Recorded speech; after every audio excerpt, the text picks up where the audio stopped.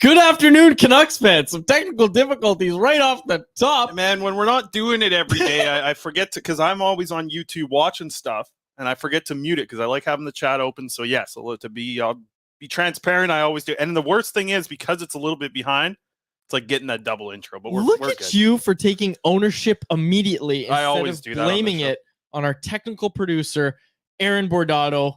That's one thing I don't do here. I don't pass blame on other people ever. You should try it sometime. It's good. It's a good feeling, man. It's a good feeling. All right, from the top. My bad.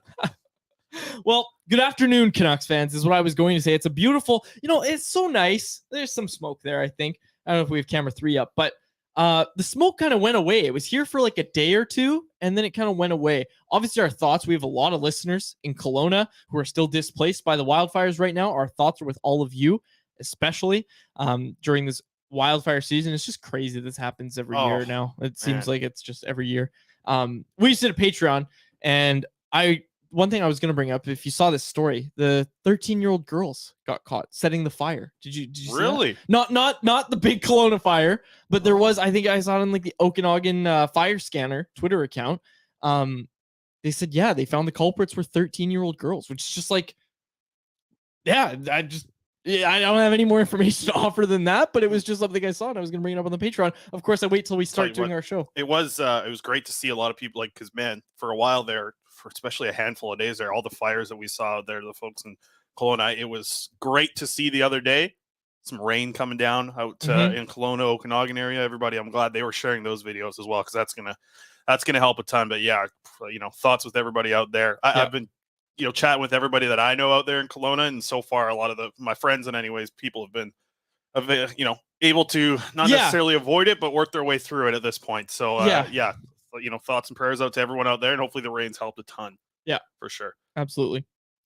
Didn't mention it so far, but Dave Quadrelli alongside Chris Faber here to talk about Auston Matthews' new contract with the Toronto Maple Leafs, because we are a Canadian media company, so of course we're going to talk about the Leafs. Aaron too, mention him. I already did. I gave him a shout out right at the top and said you didn't blame him for our technical difficulties. Yeah, no, I never do. I never pass blame here. Yeah, of course, our technical producer, as I said, Aaron Bordato out there in Edmonton. I'm going to Edmonton for the first game of the season, the first road game of the season. Because Canucks open the season at home. How crappy is it for this team that they played their first 2 games against the Edmonton Oilers, who we project to be at the top of the Pacific? I heard this the other day. Drance mentioned this on Halford and Bruff. They got 1 game at home. You think there's anything between the league and the Canucks to say, hey, give us that first home game so we can announce Quinn Hughes as the captain? Oh, give them the first kiss game. Don't go on the road for 5, because they start with the home game, then on the road for 5. Maybe like, hey, slide us that home. You don't game think first. They're going 3 alternates, eh? No, I think. You think Hughes is ready? Yeah. Has anybody been saying it Hughes for a while? Captain more than I? Like, nobody said it earlier than I did. I'm telling you. Get it out. You got well, because I want to bring this out. I saw this the other day I was scrolling through Instagram, and 90% of my Instagram feed, my algorithm knows me. Okay, they just want to give me food posts. Food.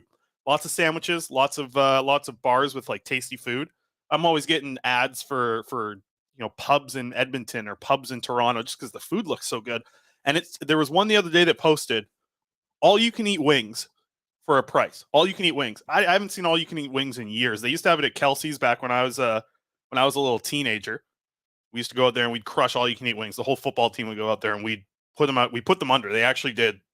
After the all you can eat wings came in, it was like 6 months and they went under. The one in Nanaimo, anyways, the Kelsey's. But I thought I'd ask you this. What price would you feel happy about paying for all you can eat wings if you were to go to a pub? Like, you can get all you can eat wings. What's the price that sounds good to you? Because back in the day at Kelsey's, it used to be $18.99 for all you can eat wings. What's the price in today's economy that you would be like, that's a pretty good deal for all you can eat chicken wings? Let me know in the chat too. If you have pretty good deal. Just like, hey, this is going to be worth it for me. $15. That's worth it. Yeah, it's worth it. So I thought $29.99 would get me in the door. Really? For all you can eat wings.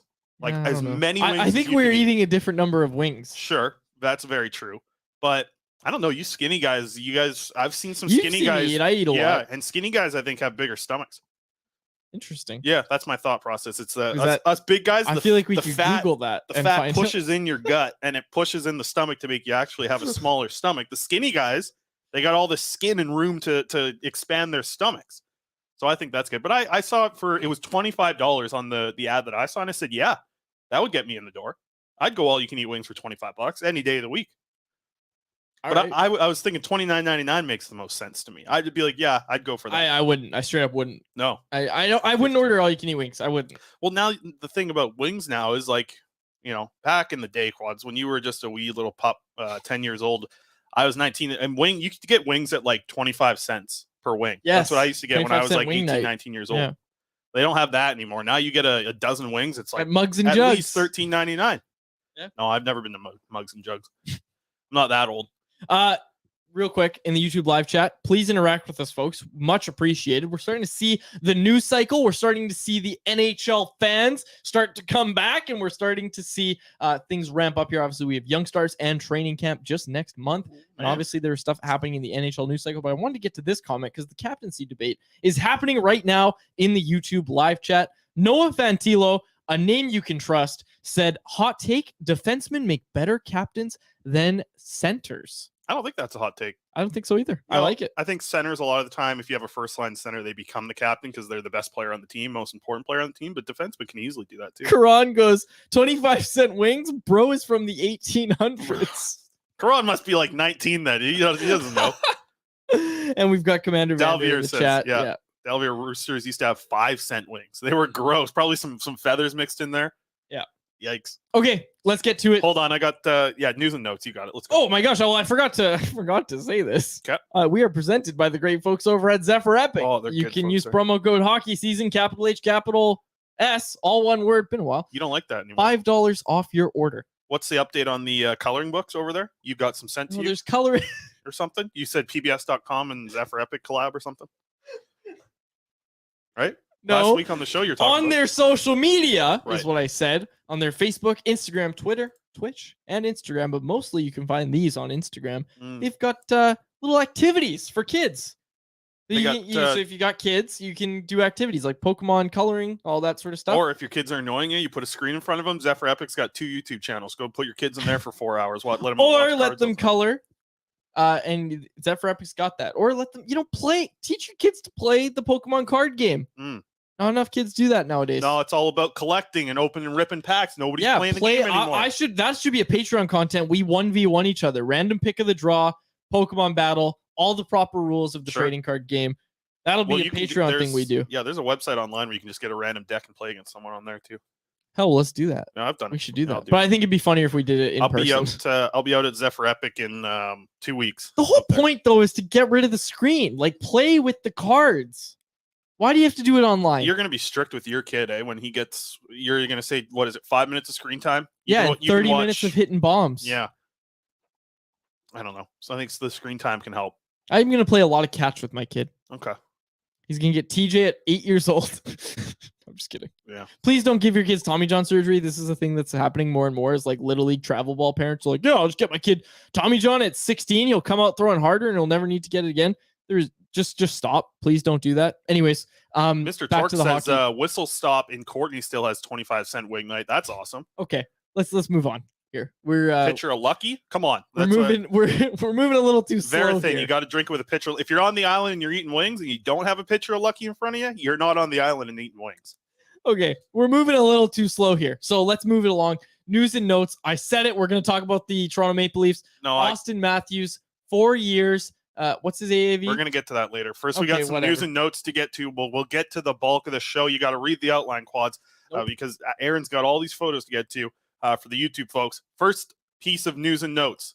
New video board at Rogers Arena. Yes. This thing looks good. I've seen some photos have come out. Reddit's got a post. They were at the Sam Smith concert the other night. Can we get this up here, Aaron? The video board. I guess this is more important than the Leafs. Yeah, you're always trying to say, follow me at Leafs Nation, all this stuff. Quadrelli at Leafs.com. Anyways, the new video board's coming up here. It's nice. It's huge. It's huge. I think 4 times. You been to Rogers Place in Edmonton? No, I've never been. Okay, I've been outside this rendering. I don't know if we have the artist rendering. I went to a 7-Eleven across the street at 2 a.m. I don't know if we have the artist rendering of what it's going to look like, but it is going to look very similar to the Rogers Place board in Edmonton. So if you're listening on the podcast, it's or big. you really want to see what I'm talking about, look up what the Rogers Place video board sounds like. It's got the same curved screen so that fans all over Rogers Arena can see the new video board. But the big thing is that it has the two team logos at the bottom. It's going to give you a lot more information. You're going to get shots. To be honest, to some extent, I didn't like the Edmonton video board, but I think it'll grow on me. I've only seen it a handful of times, like twice. Listen, it can't be worse than the one the Canucks had last year. I'll tell you that. Well, yeah, that one had flickering and it was time. Yeah. I understand that. By the end of the season, that board was going out. I liked that board. I liked it to some extent. Sure, but it was old. Right? It was time for an upgrade, but I don't know how I feel about the new board. The new board gives you the shift clock of every player on the ice. Yeah. I don't know if the Canucks will be the same, but that's what the Edmonton does. They had that last year at Rogers Arena too, and it didn't look good because that part of the board always can't blew handle out. It. Yeah. But I think this is because here's the thing: you got to give the Canucks credit. Their game presentation is strong. Like their pregame video was up for the ESPY this year for the best pregame video. Yes, they didn't end up winning, but they were one of the finalists, one of the nominees, anyways, for the best pregame video. Pretty damn cool, and that's great. I think that the staff there and then the game presentation group, they all do a really good job. Now they have the scoreboard to kind of take things to the next level, but I like it. I think it's good. I'm going to see it. I'll be at the 50 Cent concert in a couple of weeks here. Mm-hmm. I'll post some photos on the old Twitter machine and all that stuff. See Jim Rutherford there. Yeah, I'll see Jim up there too. But here's the other thing. They announced it. They sent out a big press release and stuff. We already got it covered at Canucks Army. You can read more about it there. Here's the interesting thing, and I tweeted this out. Let's get this up here, Aaron. Not only we're in phase 2 right now. The scoreboard, I guess, is part of phase 2. Phase 1 was, I don't know. I was gonna say, what the hell was phase 1? Phase 1, I guess, was like the training facility. I'm gonna text a contact and try and figure out what it was. I don't know when the media is gonna get their room, but we'll see when that happens. Maybe that's phase 15. But the Rogers Arena seats. Okay, you hear this, squads? The seats, the phase 3, which will start in the summer of 2024, so 1 year from now. All of the upper bowl, all of the lower bowl, all of them seats are getting replaced. So that's phase 3. This is the quote here. Phase 3 of the multi-year commitment beginning summer 2024 will include the replacement of all seats in the upper and lower bowls and the redesign of the North Plaza entry. What color are those seats going to be, man? Black, for sure. You think so? Yep. I hope so. I hope they don't come back with the burgundy. They're not going to redo the burgundy seats. Could you imagine? There's no chance. We got a fresh set of burgundy seats coming in. They are primed and shiny and ready to fall apart. Stop. And they're not going to be fabric. I also had been told that they really cracked down on the mice problem that we were talking about toward the end of last year. I didn't see any mice in there ever. Lucky you. That's good. Didn't see one mouse. Nice. That's good. Yeah, you started to see fans kind of pointing it out that, yeah, mouse ran down while I was in the lower bowl, and that was really scary. And it's like, yeah, okay, that's fair. Yeah, a lot of people say a lot of weird things on Twitter that aren't. Well, I mean, I've seen them myself. Oh, but yeah, I also don't think you'd get that many people saying it just for fun, Chris. I'm just gonna email from PR. Yeah, whatever. No, I've been told, not by PR, but I have been told by people that know that they've like addressed that. I literally just got an email from PR, Vancouver Giants PR. They got a new head coach, nice. Manny Viveros, head coach, Vancouver Giants. Interesting. You know this guy sounds Italian? No. Viveros? I don't think that's Italian. We had Italian food yesterday for lunch. Delicious. Yes, that's right. Lunch we had yeah, yesterday. you and Gnocchi. We met with Wyatt. Look, folks, we've already announced it a little bit, but another full season of the Stanchies, and the Stanchies are going to be bigger and better than ever. We are very excited about it. We had a meeting with Wyatt yesterday. What'd you think of that place? No free ads. But delicious. It was delicious, and right? The service was incredible. Also, free ad, Golden Boot. The service, whoever the lady was who was our waitress, just a delight. I love when you have great service at a restaurant, especially when you go there for the first time and you get just a tremendous waiter or waitress. I tell you, she was nice. She came around, checked on us often, but not too much. Good conversation. Gotta be honest, she was a pro. The Golden. I'm a regular there. Do you remember? Oh, you weren't there when we walked in. When we walked in, she was like, "Oh yeah, you were here with your girlfriend like a week ago." I was like, "Yep." Wow. She gave us so much bread. Like usually you only get one free complimentary like bowl of bread, like the freshly baked bread. She came with 3 rounds. I've never seen that. And usually you only get I did a whole round myself. Yeah, you did. Wyatt and I did too. No, that was great. But yeah, Wyatt's gonna be back next year. I think we've announced already. Stanchies, Dalvier is fired up in the chat. You'll love it. It's gonna be a lot of fun. Other things, quick news notes, last final one. Canucks players are getting back in town. Thatcher Demko's been here a while. Ilya Mikheyev's back here. I saw a photo with him and Podkolzin and the baby. 8 rinks. All those stuff. I saw Podkolzin walking around yesterday, actually, when I was driving down Expo. JT Miller, like I said, I think he just got back into town, so we can start to see them work now. Apparently Dakota Joshua's here too. Apparently, so there's a lot of players are starting to get back into town here. Speaking of the taco great. Time at Port Moody. No, hey, anyways, just saying, players are back. They're in good shape. Lots of good stuff. Quick thing I wanted to mention, because you just mentioned JT Miller. This was something that we brought up months and months ago. But remember, the leadership group said they were going to be among the first here, right? Yep. We know Petey's still in Stockholm, but remember last year how the leadership group, Bo Horvat especially, with the pending contract stuff, we were out at 8 rinks for what, 2 weeks, 2-3 weeks before we started to see the leadership group roll in like late September. It's August and JT Miller's here. Maybe not late September because that's when training camp was, but like they were here like a week before training camp, I want to say. Yeah. And they were here practicing at 8 like rinks. There wasn't time for us to see Pettersson, Miller, Hughes. Yeah, like Pettersson those guys all got like a week of on ice sessions. And we saw the Canucks obviously did their thing with Jim Hughes kind of coaching Quinn and some other guys. This is not us trying to say that the guys aren't here and they're not working out. Like, we're not trying to say, oh, they're not doing it. But like the leadership guys talked about setting the standard themselves of, hey, we want guys here. We want to be ready to go to start this season, because this is 2 seasons in a row now, Chris, where this team has just stumbled out of the gate and have not recovered. They have not been able to recover. And you brought up naming a captain. Last time the Canucks had a really, really solid start to the season, named a captain. So night 1, are they going to do it? I think they're going to do it. I think they're going to name Quinn Hughes captain on night 1. I like the. I really like the idea of just, hey, this page that we got here from the last couple of years in this core, let's turn it. The old captain's gone. Quinn's our guy. Karan asked if the team has their own practice rink yet, and the answer is no. And it's a very complicated situation that obviously Jim Rutherford's going to do a preseason media bill. Listen, I see that lot right across Pacific Boulevard right there on the other side of the arena. That's a big lot. You could put a rink in there. There's also North Burnaby, right? Don't make the players go out that way, man. Coquitlam's nice. Maple Ridge. Yeah. Well, what's this? The Plaza of Nations, right? What even goes on there? Anything? There's a casino down there. Yeah, Edgewater. It's closed, right? Is it closed? I think so. I've never seen anybody go in there. Plus, they got the Park Casino right across the street. I know that place is open. That place is open all the time. from what I hear. Very well. From just people tell me this, and then I hear, okay, yeah, it's open. Oh yeah, the Edgewater Casino's been long closed. Oh yeah, that place is just a building waiting. I mean, you could easily make a small little rink there, right? There's some Patrick Johnson. Shut up, PJ. Scum Cookie. That's a good comment. Also, interesting name. New practice rink is Phase 19. Yeah, the Phase 20 will be a media room. Okay, also I got an answer. Phase 1. Another email there. Phase 1 of the renovation project started last year with a focus on the player experience with renovations of the team dressing room, exercise facilities, coaches' offices, and multi-purpose media room. Media room's not done. It might be done now, maybe. It wasn't done last year. But these renovations continued this summer with additional work on the dressing room and the enhancement of medical treatment and recovery spaces. Also, that's just from the release. But I was told to look at the release. Wow. Yeah, they're on line 1. All right, do you want to get to the Auston Matthews, Elias Pettersson stuff? Well, I shouldn't say I was told to look at it. I got sent that part of the release and said, hey, this is in the release. Yeah, it wasn't like a rude thing. No, they said, do your damn job. Okay, yeah, go to Auston Matthews. Go ahead. All right, well, let's get to Auston Matthews and Elias Pettersson. Do we want to start with? No, we'll start with Auston Matthews. Okay, so Auston Matthews yesterday, the deal comes down $13.25 million.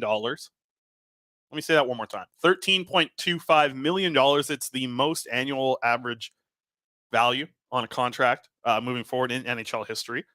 And it's a 4-year deal. So I found it, obviously, the first thing that came to mind was, what does this mean for the Canucks? What does this mean for Elias Pettersson, who was recently with Elliott Friedman? A clip popped down.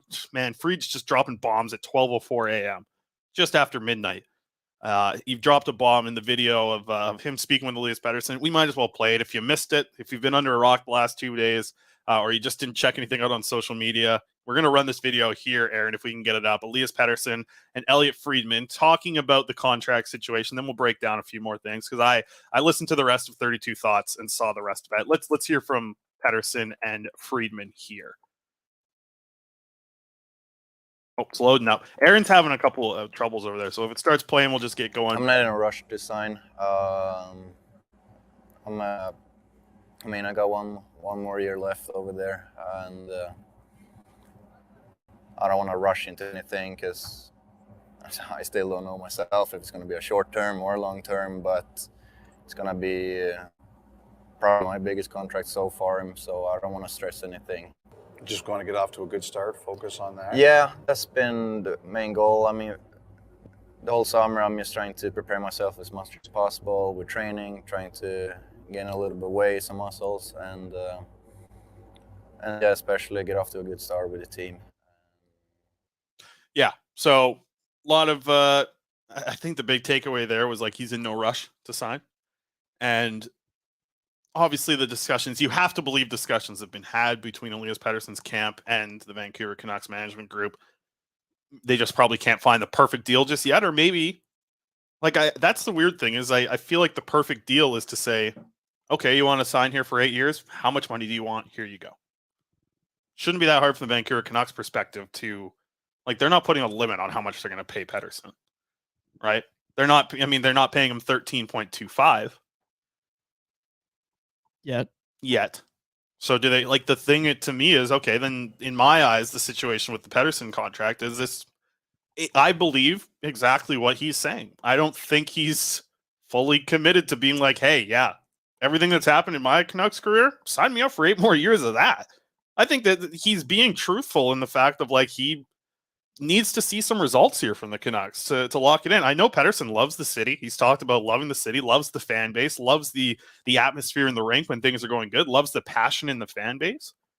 But what's happened here that makes you think that this team can be a winner? They have a core that a lot of us want to believe in. They need some results though, right? They really need some results to keep this guy and make him want to be here for 8 more years of it. It is. I'm not like, I didn't think yesterday was like the worst, or seeing the quote the other day was like the worst possible thing he could have said. But I think he was pretty truthful about, hey, he's just here to work out, become a guy who can come back bigger and stronger every year. And I think we've seen that every single training camp. He's come back. He's worked on his strength, adding weight, whatever it may be. He's done all that every single season that he's played in. I just think that there's nothing really that's happened to make me think that he would be confident in playing here for 8 years. And I think that's difficult. And I think it's just, to be blatantly honest, it's just truthful. What has happened here to make you think that you would be so confident signing up for 8 more years of it, no matter what the money is? I think this season's huge for what this contract's going to look like. Can I be frank? Sure. I am so sick already of the discourse surrounding everything from this quote. What was it? 2 days ago it came out? Yeah. I'm so sick of it. I'm so sick of everybody talking in absolutes. Everybody looking at this as if it's black and white. Well, he said this, it must mean this. He said this. No, it actually must mean this. Let's talk about what we know. What we know about Elias Pettersson, what we know about the Vancouver Canucks as it pertains to this situation. Let's focus on that for a second before we start throwing out, oh, they better start winning, blah, blah, blah. And you're right. That is part of some of the stuff that we know. But what do we know about Elias Pettersson? We know he likes the city. We know he has friends here. We also know that when it comes to big money and pro sports, guys can make friends elsewhere. Okay? We do know all of that. Okay? This is not saying one way or another. I am just going over what we know about the situation and what, like, I don't want to sit here and talk about, well, what if this happens? What if that happens? I want to talk about what we know. We know that being a restricted free agent does not mean that, yes, for sure, he has to sign long-term because the Canucks have his rights. He has no alternatives. We know that with Matthew Tkachuk last offseason, the Calgary Flames were put in a position where they basically had to trade him even though he was a restricted free agent. Okay? That is what we know. That happened last offseason. Okay? Being an RFA does not mean, yeah, for sure, he has to sign in Vancouver, and yes, it has to be long-term. No, that is not what that means. That is not what being a restricted free agent means. Does it mean there's a lot less urgency around this because it's not a Bo Horvat situation where he's a UFA on July 1 and he's going to be able to go walk to another team immediately? Yeah. Of course it does. Of course it plays into why this is less of an urgent matter than some people would have thought. So let's look at it from the team's perspective. Chris, the team is comfortable waiting until next summer. The player and his camp are more than comfortable waiting till next summer, and that's what I want to focus on. Before I do, though, I want to go back to the team side. Patrick Allvin at the end of season media conference that he held, he spoke about how he was comfortable waiting and how there was really no rush because, hey, this guy's under control for next year. And if you're the Canucks, to some extent, you're thinking, okay, he did it, but this was the first season of Elias Pettersson's career where he was consistent over a full season. Let's see him do it again. There's no harm in that for the Canucks. Or is there? Because with Elias Pettersson, from his perspective, he seems very confident, and we've only seen snippets of that Friedman interview, but he seems very confident that not only is he going to be able to match what he did last year, he is going to be able to build off of that. He wants to be in the Selke conversation. I wrote earlier this week for Canucks Army about how Elias Pettersson is going to be in that conversation for the Selke. Now that Patrice Bergeron's out of the way, I'm already saying it, Nico Hischier is probably going to be next year's winner, the runner-up at 24 years old, probably going to be the winner, the next guy in that conversation. But you have to think that Elias Pettersson can at least finish top 5, if not top 3 in that conversation. That is a bullet in his chamber when he goes into negotiations with the Canucks. So from Pettersson's perspective, he wants to build off of what he did last year. And if you're the Canucks, you're thinking to yourself, okay, we want to see him do that. If he does that and he puts up 120 points and plays elite defense, able to be a shutdown guy, he's going to get paid a lot. Do you think the Canucks are going to say, shoot, we have a franchise center? Darn, we were really hoping he'd put up 60 points and have to be in sheltered minutes. We were really hoping that would happen so we could pay him less. No, this is a win-win. It is going to, it might hurt the Canucks in the long run. If they have to dole out big money, they might have to make the money work. But for the player, he is betting on himself, which I think if you're the Canucks, you have to be happy with to some extent. You have to be happy that this guy is looking at this season and saying, yeah, I'm going to dominate, and I'm going to dominate from night one. That is how Elias Pettersson feels right now. That is what we know, okay? That is what we know about this situation, okay? We also know that Elias Pettersson has said that he just wants to win. Big time. Absolutely. So if Pettersson does come out and have this year, and the Canucks are saying, oh no, we have to pay our best player a lot of money, which they won't. They're going to be happy about that. To be clear, that's the point I'm trying to make. If Elias Pettersson comes out and has that year, and they still don't win anything, and when I say win anything, I mean like they don't even make the playoffs. If that's what happens this year, okay, now we can start to have a conversation. Yeah. Now we can start to have a conversation about, okay, now what does this mean? And the reason we'll have that conversation when that happens is because we'll be able to ask Elias Pettersson himself of, okay, you have said a lot that you want to win. Mm-hmm. How much does this complicate your negotiations going into this offseason? That's when we'll have that conversation. After the Canucks have a losing season and after Elias Pettersson completes his season. And hey, if they have a losing season and Elias Pettersson is part of the reason they had a losing season, that changes everything. That changes a lot. And that's the thing. That's not going to happen. I don't think that's going to happen. Yeah, I know you're going to say that. Honestly, like we've talked about it, this is a fringe playoff team who we think can probably make the dance, right? Or take steps forward and make the playoffs at the very least. And to that point, he wants to win in Vancouver, right? Pettersson wants to win in Vancouver. The bar isn't very high either. Like you said, playoffs. Make the playoffs. That's probably enough winning, right? Because I feel like, especially in the cycle that this Canucks team is in right now, with the new coach coming in, management getting a little bit of time to sort of build their roster, expectations for winning this season to the Canucks aren't the Stanley Cup. It's not the Stanley Cup. We're not expecting them to be like, oh, hey, it was a failure if they didn't win the cup. Like, no, they just need to get into the playoffs and make something happen, maybe win a round and start to build. We see teams so much that win the Stanley Cup. They don't do it in that first run. They need to build. They need to win a series. They need to lose some series. They need to figure things out with the core, how they have to do different in the playoffs. That's, to me, like the bar isn't very high to meet Pettersson's expectations. I'm sure he expects to be able to play so good and lead this team to a Stanley Cup. It's got to be the player's like perspective, especially a guy like Pettersson who's so competitive and wants to be that leader. But to me, it doesn't take. The Canucks don't need to go to the Western Conference Final. They're in a different spot than think about the Oilers and they're about to they got to worry about contracts with McDavid and Draisaitl. They need to get to the Western Conference Finals. They need to be like that type of team this year. The expectations are much lower for winning for the Vancouver Canucks and how they're going to have to deal with a contract for their star player. The Oilers are going to run with a 21-man roster to open the season because Evan Bouchard took $3.9 million. I think they would have needed 3.4 or 3.5 to be able to run it, to go sign someone for league minimum. Canucks the might be Oilers are with the going to be in 21 that too. position. And not only that, the Oilers just paid their number one quarterback defenseman on power play 1, who is playing with Connor McDavid and Leon Draisaitl. Their power play got better after Tyson Barrie left, by the way. That's the thing that a lot of people don't seem to realize, especially out of market, is their power play got better when Evan Bouchard started quarterbacking it. He is going to have a full season playing with Matthias Ekholm on the Oilers' first pair. He is going to be their first power play unit quarterback. Yeah. He is going to get paid a ton when he is an RFA in 2 seasons. Yeah. 2 seasons. Yeah, he is. And you know who else is up at that time, Chris? Draisaitl? Leon Draisaitl. So this is to say other teams have cap problems too, but to that point, Chris, when it comes back to the Elias Pettersson stuff, what we know, back to the idea of what we know, because I only want to talk about what we know. Yeah. I don't want to sit here and talk about, well, what if this happens? What if this happens? It's a great way to fill airtime. I'm not interested in doing it. No. This is what we know.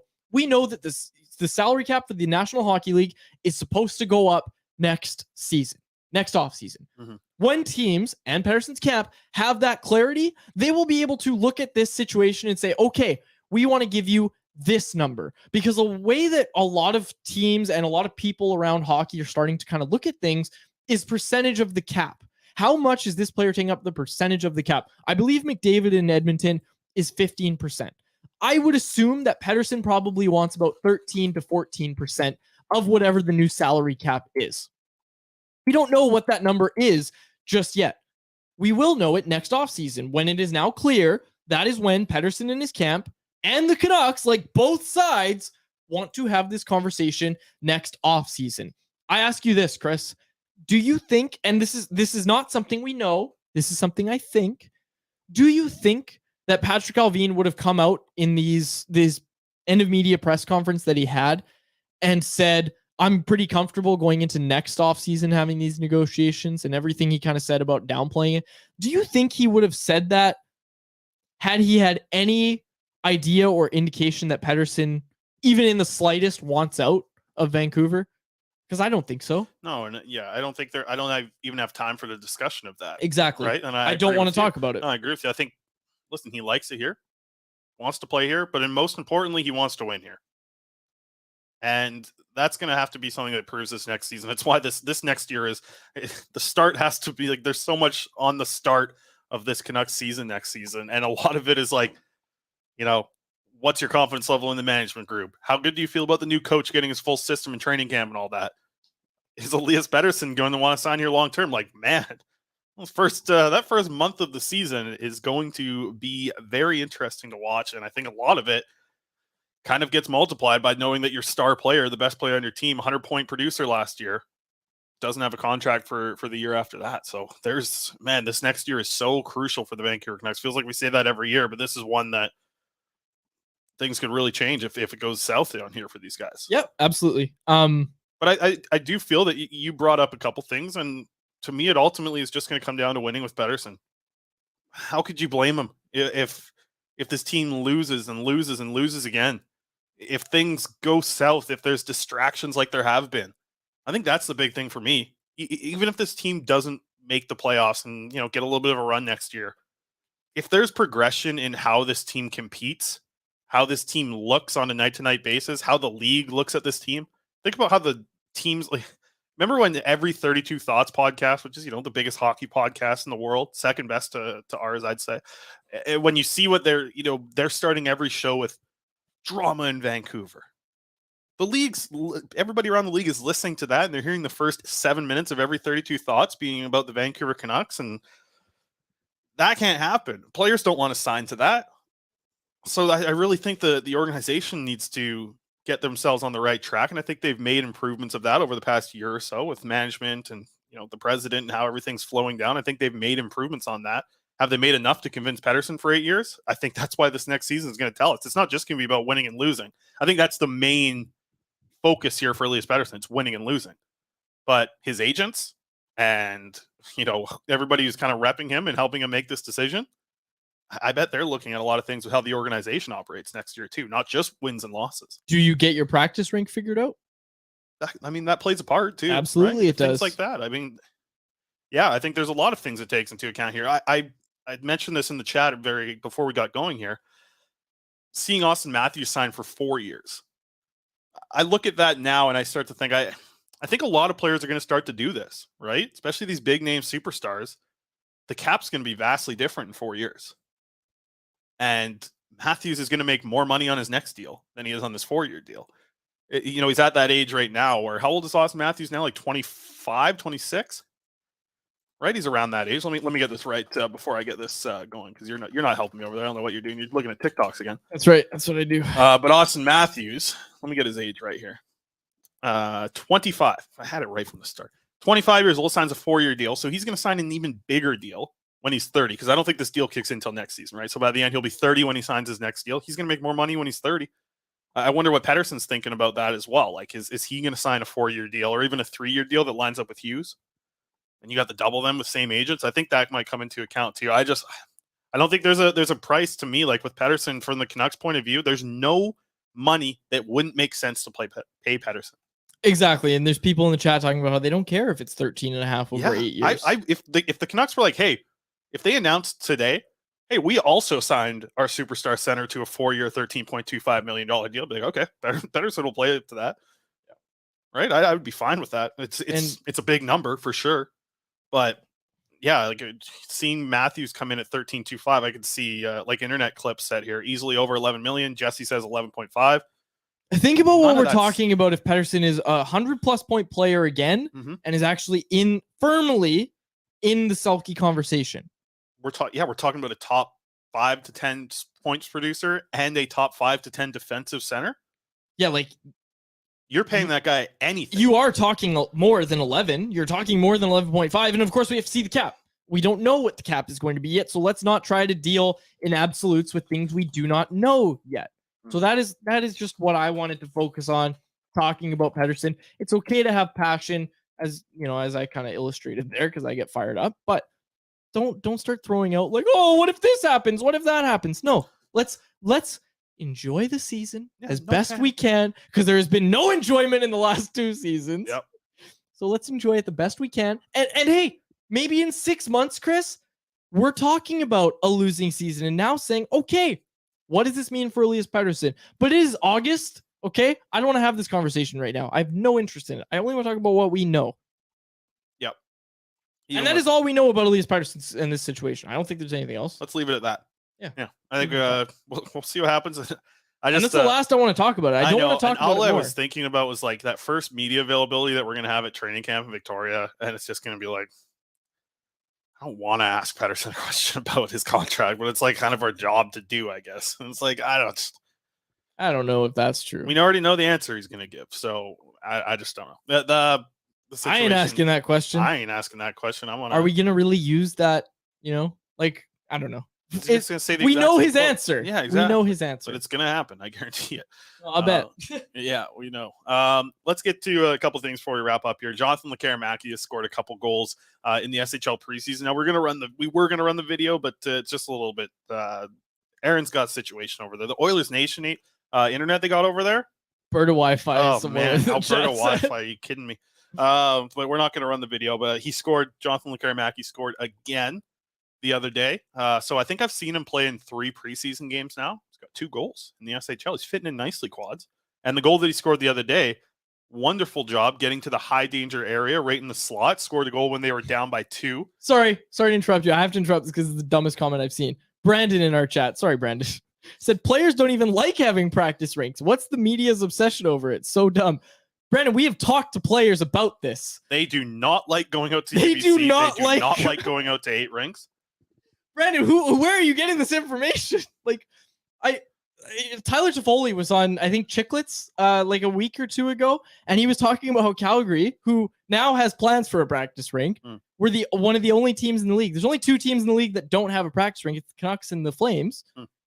He was talking about how annoying it was to have to drive to their practice facility, which was some rink that they shared, which was like, what, 20-minute drive or something like that? I don't know. I didn't listen. Anyways, but think about it this way. We're talking about a practice facility that is across the street from the arena. The players don't like, and hey, I don't agree. I love North Burnaby, but they don't like driving out to Burnaby, right? Like they don't like having to go out there to go skate when the Rogers Arena ice isn't available. Like, you think the players that live in like West Van like doing that? Dude, like imagine JT Miller, who was obviously on the Cam Strick show lately, talking about being the only guy who lives in West Van. But go from West Van, you got to cross the bridge and go to UBC, or you got to get down to Burnaby. We're talking about like an hour, man, close to an hour drive, depending on the traffic. A lot of the guys do live here around the rink, right? Yes. I see them walking on the streets all the time. Some of them are just down, even like call-up guys who normally stay at the hotel. Totally. Down the road at the park there. Yeah, it'd be great to have one set up here. I know players would the players do want a practice rink. Please don't kid yourself or convince yourself. I don't know where anybody gets the idea that they don't. Yeah. I think if you polled the entire Canucks locker room, I don't think there would be one person that's like, no, man, 8 rinks is sick. Unless I somehow got in the poll. Yeah, well, the vibe out at 8 rinks is cool. I like 8 rinks. It's out and about. Look, hey, I'm not going to say who.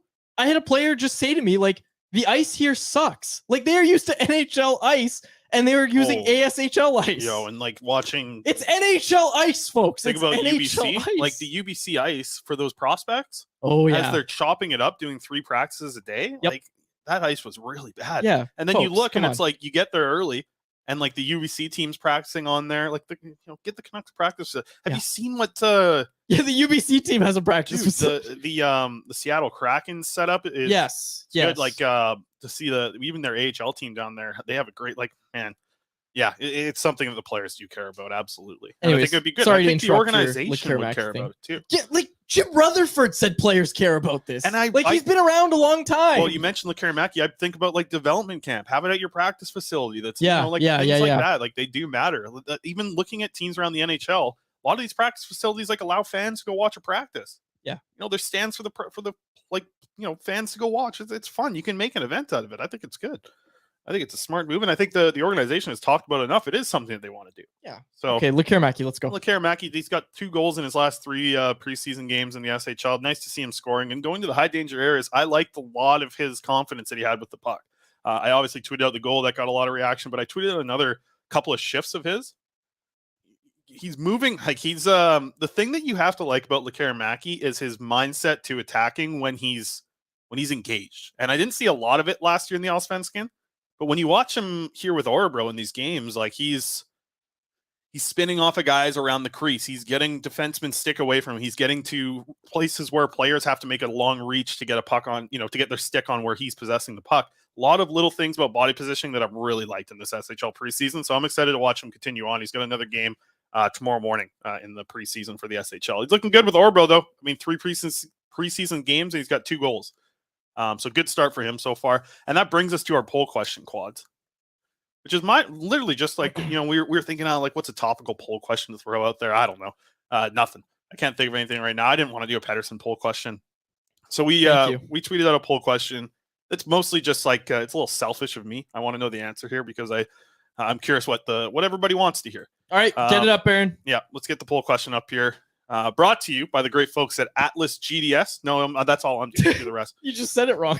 Brought to you by Atlas Goods, not Atlas GDS. That is their website, though, folks. You can go to atlasgds.com and use promo code CC15 for 15% off your first order of pop rinds. These are the best fresh pork rinds straight from your microwave or air fryer. Think of popcorn and think of pork rinds being married into one. That's why they're called pop rinds. They come small in little pellets. You put in like 1/8 of a cup. It doesn't look like you're putting much in there. And then they pop and you've got a high protein, low carb snack for yourself, courtesy of our friends over at Atlas Goods. They've got different flavors, but you can also get a popcorn flavoring of your choice and put it on the original, and boom, you've got flavored pork rinds, whatever flavor you want. You can go down to Trader Joe's. They got dill pickle seasoning. Yes, they've got a lot. I think you can get that here too. But our poll question, of course, brought to you by Atlas Goods. Again, promo code is CC15, locally owned and operated out of Surrey, British Columbia. Which prospect do you want to hear about the most? Jonathan Lekkerimäki, Tom Willander, Danila Klimovich, and as always, I'm angry. Chris, 60% of voters going with Tom Willander. 24% say Jonathan Lekkerimäki. 60%? You're not even close to. What'd you read? Where are you reading? Oh, okay, 58%. I'm close. You're committed. Of course, I'm close. 107% total. Whatever. 58% of voters say Tom Willander. 24% say Jonathan Lekkerimäki. 10% say Danila Klimovich, and 8% say they are angry. I was with the voters here. Tom Willander. I'm looking forward to reading a lot about him at BU. Partly because Celebrini's out there. Both Celebrinis are out there, one of which belongs to the Canucks. The one other one who probably won't belong to the Canucks, but never say never. Tom Willander, that's my pick at BU. Yeah, I'm very interested to see Willander make the jump because he's jumping up in competition, right? Anytime a prospect does that, you want to keep an eye on how they're making that transition. It's not like Willander was in the SHL, right? The folks on Twitter will say, no, you played in 2 games. No, he didn't. He dressed for 2 games. He didn't play in either of them from the SHL. He's a J20 player, so making the jump from J20 to the NCAA, it's a difficult one. And he was the first pick, the most recent one. A lot of people are interested to see him, but I think you can make a case for both Lekkerimäki and Klimovich as well. Lekkerimäki really needs a bounce back season after what happened last year. He started that bounce back at the end of the year in the playoffs in the Allsvenskan, and now he's moving up to the SHL. I think he's one to really follow closely. And Klimovich now, you want him playing top 6 in the AHL, of course. You want to see Klimovich getting that top 6 look this year. So all 3. It's nice to have 3 prospects of excitement. I also saw a comment from Karan.